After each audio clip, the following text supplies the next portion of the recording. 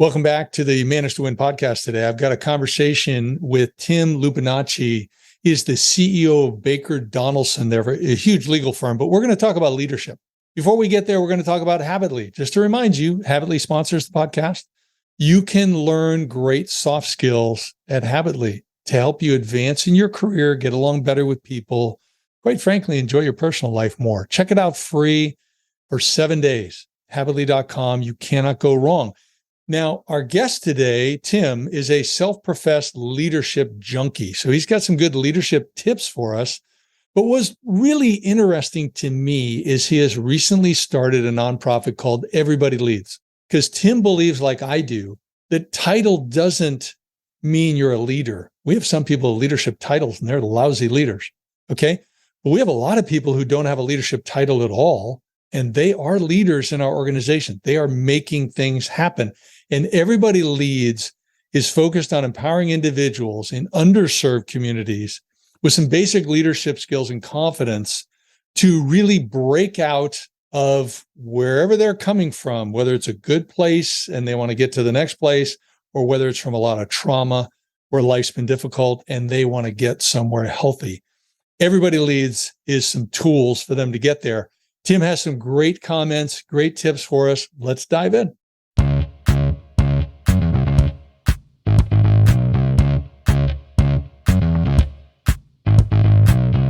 Tim, I have to ask you a question. I don't see the term very often, but you are a self-professed leadership junkie. So what does that mean? I mean, how do you feed that habit? Yeah, David. It's great to thank you for having me on the show. I guess it really started with a boss I had. I was a young lawyer and naive and had no intention of going to law school. I'm now working at this firm. And he gave us this big project of me and an associate, another young lawyer, but he was 4 or 5 years older than me. And so we're working on it, a lot of numbers and data, and we came up and gave him the big packet of results. And then a little while later, we got this call into his office, and he was on a speakerphone with a dozen lawyers around the country. And it turned out that what we had done in our project was we had miscounted a certain pool of assets. Double counted it completely. And he yells at us. And we were just, of course, embarrassed. And then he said, these folks are going to stay here all night to get this right. So we go back to the drawing board. We do work into the night, get it done. Well, the next day we had to go to court and I had to go pick him up at his house. And I'm like, oh, great. I drew the short straw. We're driving to court and he, surprisingly, because this was not his nature, he apologized for yelling in front of other people, which I thought that meant a lot to me. And then he really just gave me a piece of advice that stuck with me. This is like 28 years ago that he said, the reason I got so angry is because I really looked to you, Tim, as a leader. And here I was thinking, well, the other guy's senior. It's his project. I'm just this, helping. And he said, I need you to step up and own everything. Even if you're the youngest person on the project, I see leadership in you. And I'd never had anyone say that about me. And so that really led me to say, well, I need to figure out how to do this better. And it led me on this, lifelong journey of studying, reading books, wandered into a John Maxwell book early on, and a lot of his stuff resonated, and then just, and went from there with a lot of other different ways to use my time to learn about leadership and get better every day. Well, it's one thing to read it. It's another thing to apply it. I'm wondering, what are some of the aha moments that you had and how you kind of reversed those or took a different tack when you, and I don't want just like you're making a mistake, which right. are the common ones we hear about. I'd also like to hear about something that you were doing well, and then something you read, something you heard, then added a new thought, a new skill or whatever. And you took that strength that you had and took it to a new level. Because I always want to encourage leaders to do that, focus on their strengths, build them. So I'm really interested if you have some examples for us of how you've applied what you've been addicted to for good. Well, no, and you're right, David, exactly right. That's one of the challenges. I love to read. And so I can keep track. I've got through all these books, or I use my car as like my little mini MBA, rolling mobile, mini MBA to like learn things. But then if I don't apply it, then it's just kind of like, I'm checking the box. I feel like I feel good about myself because I've read something, right? I would say, so it's a great question. And I've really had to get intentional about trying to say, okay, what were the big aha moments? One or two, even if it's just one or two in a book or a podcast or whatever. And then how can I apply it today? And so one thing that came to mind when you asked that question is about teamwork. And I was progressing in my career, and I had a younger lawyer working for me and a paralegal. And I knew that they were looking to me as a leader. And I was listening. It was the John Maxwell book, one of them about teamwork. And it really talked about how you need to help know your team, right? You need to listen to them. What are their aspirations? Here, I'm thinking I've got to come up with all the answers, and I've got to lead everything we're doing. But he was like, well, no, you need to understand what their motivation are. What do they want to achieve, and then help them get there while you're trying to accomplish what all of you are trying to accomplish as a team. And so that led me to start weekly meetings where our team would get together, just like 20 minutes, coffee. And I just tried to listen, ask them questions. What was their motivation? And that's then led me through all the way to now leading a company to really make sure that I'm helping everyone really identify their purpose and not just saying, I've got all the answers, I want to lead, let's go forward, right? So that's one example. That's an interesting example. I'd like to stay there for a moment because I'm a type A type of thing. So for me, I can rush to the point, rush to the task instead of focus on the relationship. Although I sincerely care about people. I mean, I love people. Yeah. And so that's a difficult one for me. I remember I developed this map format for how to do a meeting to get you from point A to point B type of thing. And I after I had been running with it for, I don't know, maybe a year or two, I heard a similar thing about doing a check-in and how some leaders, like, they'd have their weekly one-on-ones and it would only be what you said. There would be no, okay, where were we? Let's have some self-accountability. Did we do what we were supposed to do? Okay, what's new? Okay, what's the plan? It was just like, hey, I just want to check in. What do you want to talk about? And they just swore by this. Yeah. That it was the way to go. And it sounds like your approach of doing it with a small amount of people, but doing that check-in, it's only 20 minutes. I assume sometimes it's stretched to 30 or whatever, but right. But you did that kind of separate of the one-on-ones. So you always had that touch point, and you included the other addictive drug, coffee, which made it appealing. So I don't know whether you want to expand on it at all or whether it really affected anyone specifically, but I'm hearing you how important that is. And it's really tough when you're running really fast and everybody wants your time. And you're thinking, I don't know about checking the box. If I got to get this thing done. I got to get that thing done. Yeah, so, I completely agree, David, that like it's so critical to have the accountability of the meeting about, okay, you said this is what you're going to do last week, and now what are you going to do this week, and what did you learn, and what did we mess up, and how can we get better? That meeting is crucial. This was, like as you said, this is a little bit different thing, and I guess fast forward. Which is a good example. I had a young lawyer and a paralegal. It was a different spot in my life. I had grown up kind of doing bankruptcy, commercial workout work. And this was after the 08, 09. So we were busy as all get it, to your point. But I did spend that time as our team kept expanding to try to handle thankfully, the work we had. We tried to plan, and it was hard, but we had to put on the calendar like a couple hours even to get out and do an escape room together, or to go. Sometimes I didn't even tell them what we're doing. I said, we're going to block this off. And we went to see a movie together, and share a meal. I like Churchill called it his dinner table diplomacy. I think you get to know people as you're sharing a meal.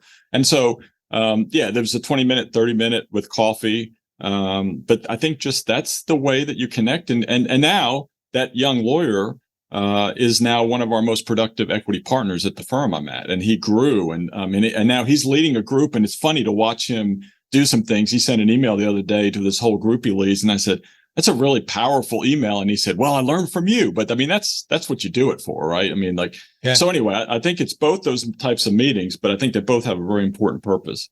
Yeah. And just for the audience, if you're not aware, you didn't look at the notes. Tim's part of Baker Donelson. This is a very large law firm. How many attorneys and staff do you have? Let's see. So we have about 650 lawyers and over 1,300 staff, over 20 offices. So when Tim's talking about a partner who has a huge impact, we're talking about a huge impact as far as that. So I really think that's great. So that was one takeaway, and I think it's very important. And I like the way you said you put it on your calendar.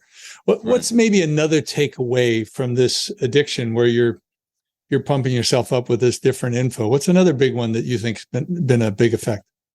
That's let's see. So I think one of the biggest things, and I don't know that it was a particular book, but this idea of being curious, just about being constantly wanting to ask questions and listening. I think that was somewhere along my mobile MBA. That was something that just several people talked about, this idea, and so. I think now and doing workout and bankruptcy work, it helped me in my actual profession because like it was a situation nobody was happy with, and you're trying to figure out a creative solution to a problem.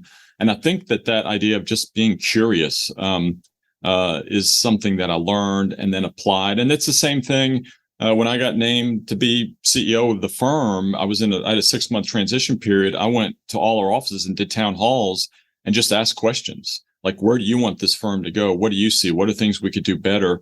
And so I think that idea of being curious is something that I wouldn't have come to myself because I felt to some extent a leader, you have to have all the answers. And I learned that you don't have to at all. I mean, matter of fact, I learned mostly from others and then figure out how it can apply to a particular situation. That's probably another example that I would think of. I think it's a great example, but the two have at least one thing in common that I want to challenge you on. And that is, so you have these casual meetings, you're connecting, how are you doing, check-ins. Yeah. You have the town halls check-in. Okay. Now, you and I both know, Tim, that creates a lot of to-dos, a lot of follow-ups.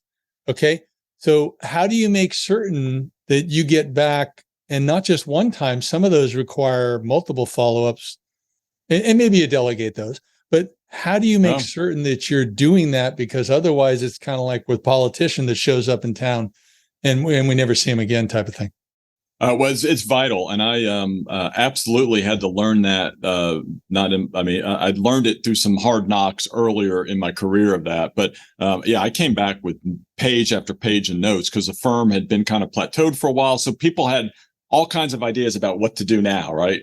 About the to-do list. But the crucial thing for leaders, I think, no matter what size company you've got, is if you are listening, which I think is important, you have to act on the ideas. Doesn't mean all of them, because it may not be in the whole vision or what the direction you need to go, because there's ideas that just don't work for what you need at that point.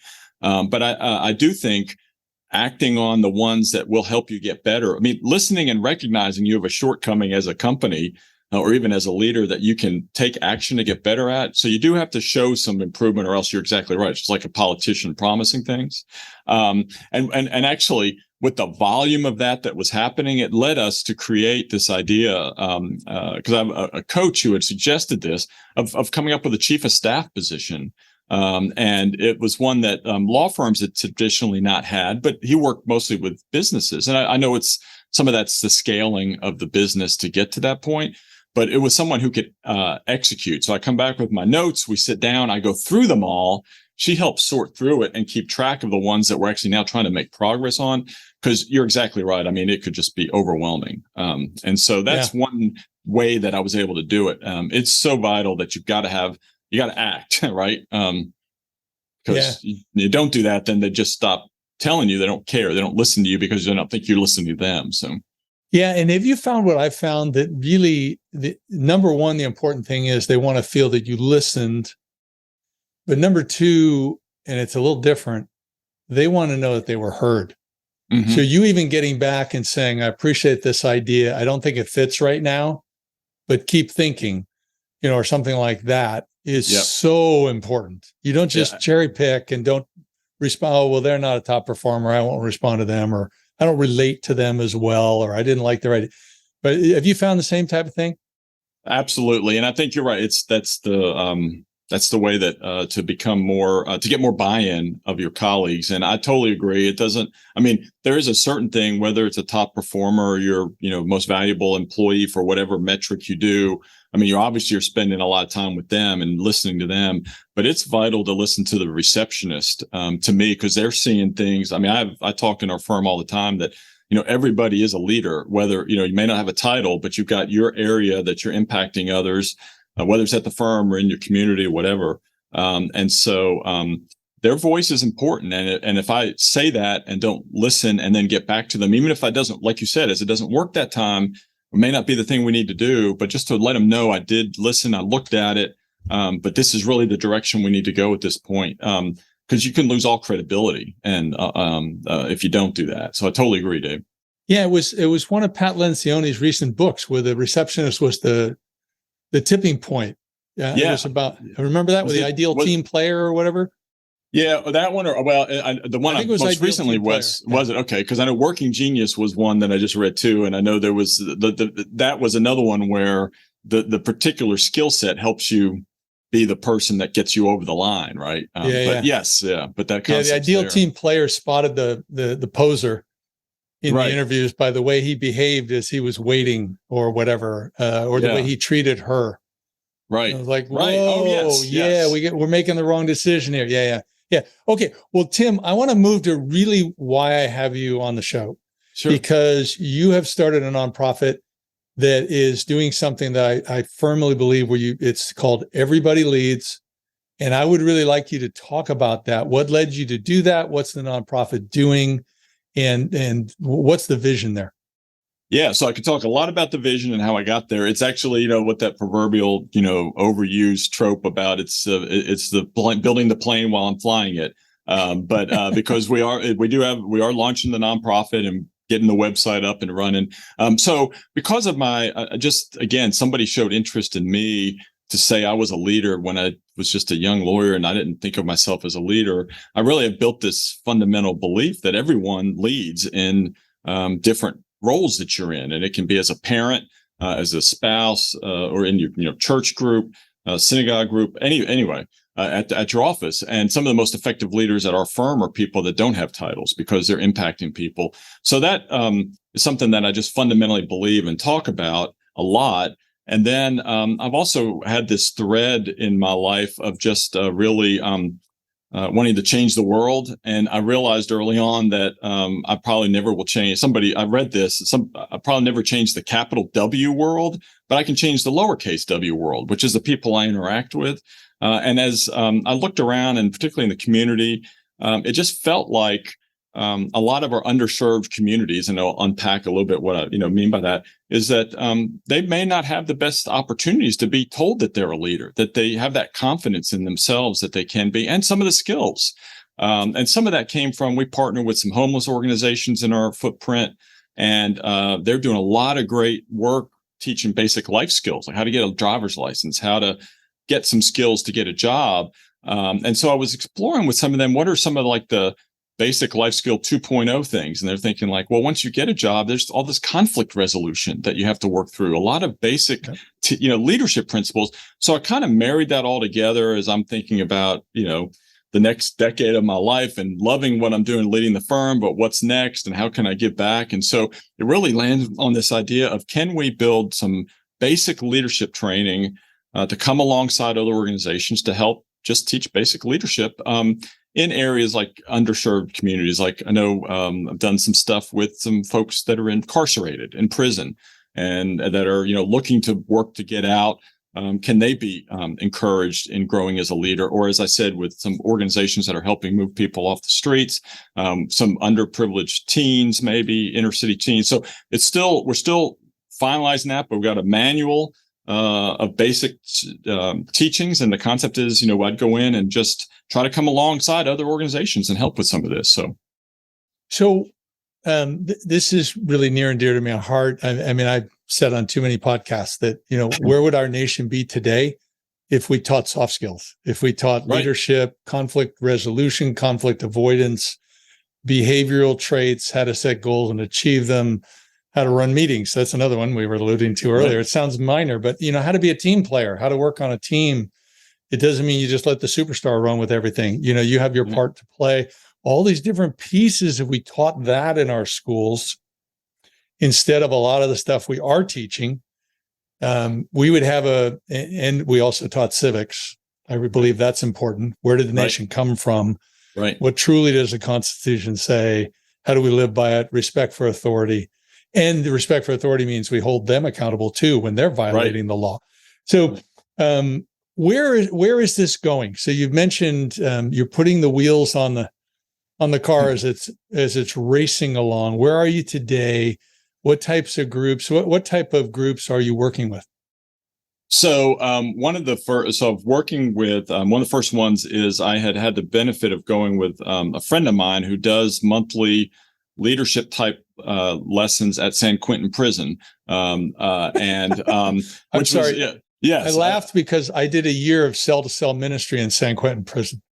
Okay, so I was out there. I was out there in the fall. And my undergraduate degree is in mass communication, so I've always been interested in media and mass media and things like that.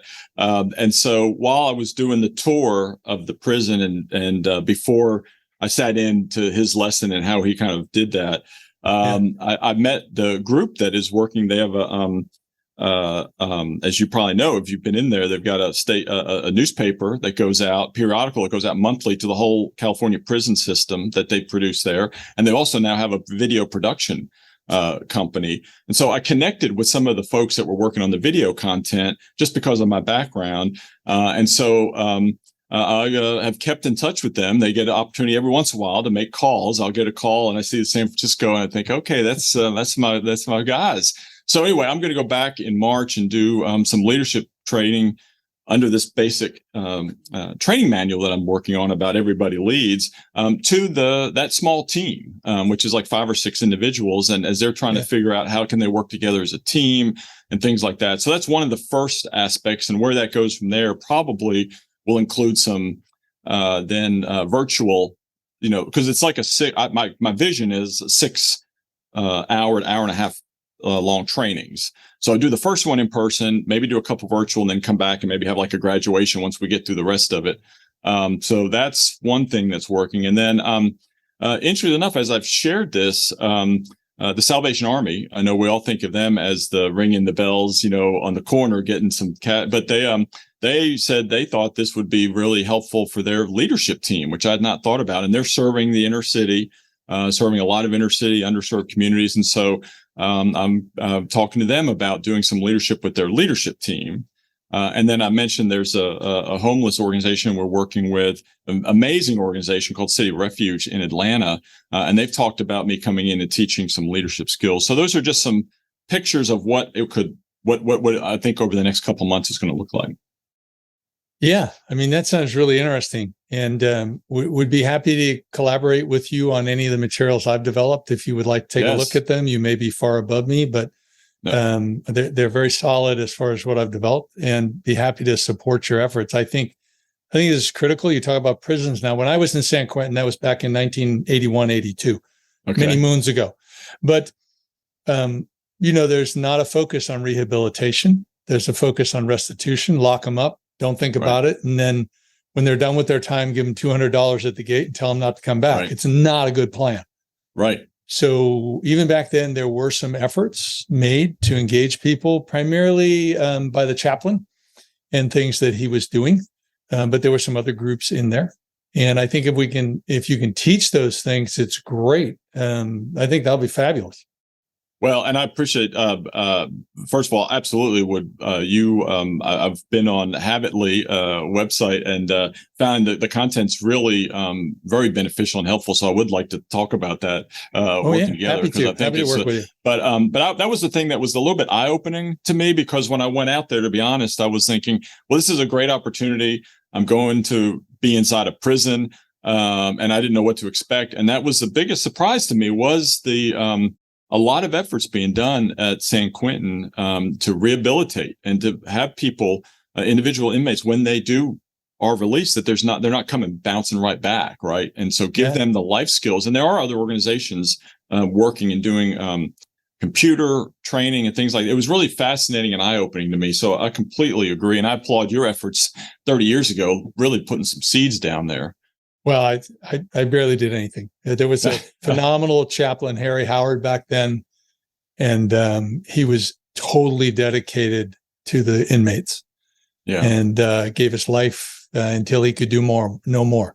For the inmates there. I think he even went back in years after he retired, just really trying to help people. And that was a great thing. And I think we're at a turning point in our nation where we have so many people who've grown up with a lot of trauma. They're very wounded. They have parents who were wounded by their parents, and then they became wounded parents, and then they continued this woundedness that results in a lot of people who have some unhealthy views and difficulty really being who they were designed to be and enjoying life. And so I think it's wonderful that you're involved in that and really want to support you. Is there a story you might have early on here with this Everybody Leads about testing some of the material with someone or a group, and you saw the light bulbs go on and they grasped it and then took it at least one step further?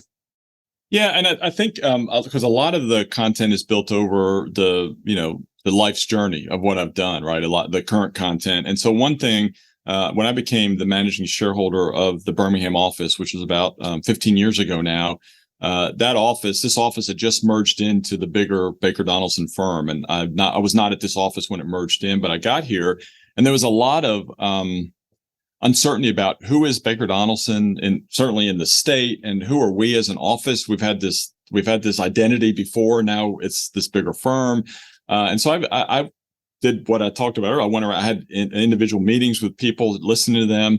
But all that said, one things I did was I started doing leadership lunches every month. Everyone in the office, attorneys, staff, business services professionals, I'd pick an important, a book I'd read, and we would do a chapter of it and do it with a workbook kind of concept. So, like I said, this is not. I didn't create this just for this. It was like that. I learned from it.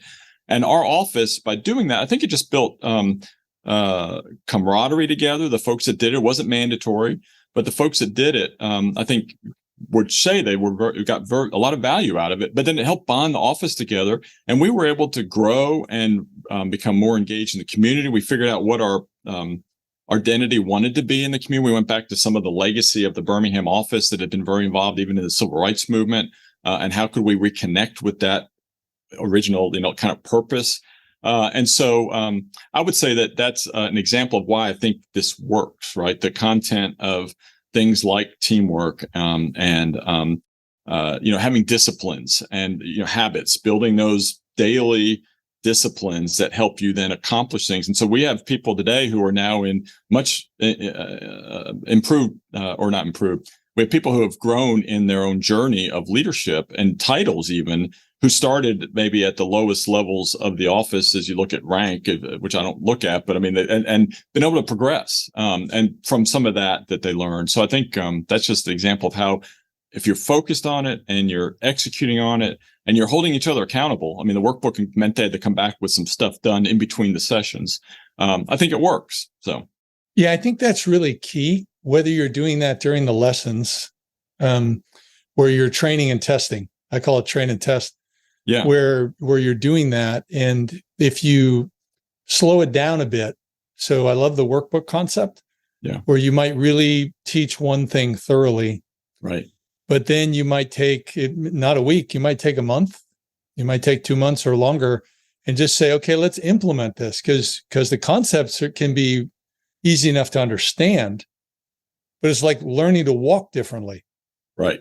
And it takes some time, and then you get different nuances that come up, the different challenges, and be able to walk through it and apply it. So it sounds like that's what you're doing. Am I correct? Yeah, well, it is. And I'm trying and actually I've met with several organizations, because the first thing I wanted to test was, it's not just, hey, Tim has an idea, I want to go voice this on everybody because it's the greatest. I wanted to understand from the organizations if there's a role for this. And as I was talking to them, I said, to me, the ideal way that this works is if there are projects that the organization is trying to accomplish, that you can then have the skill building actually then executed by helping the organization do some project or initiative. So that's the vision, but yet to be built out still with some of these organizations. So, because I completely agree with you. Yeah. Yeah, no, I think it's awesome what you're doing. So if people want to learn more about Baker Donelson and the legal things you do, or about this Everybody Leads, where do they go, Tim? I could talk to you all day, or go side by side with you into San Quentin. So Yeah, we'll have to look forward. I'll look forward to doing all of that. So BakerDonelson.com is where you can find me and about the firm. And I am on LinkedIn at Tim Lupinacci. And then everybodyleads.org is going to come live, any day now, and with content and building it out. So look for it. That's fabulous. Thanks so much for being on the show. I really appreciate it. No, David, thank you. Have a great day.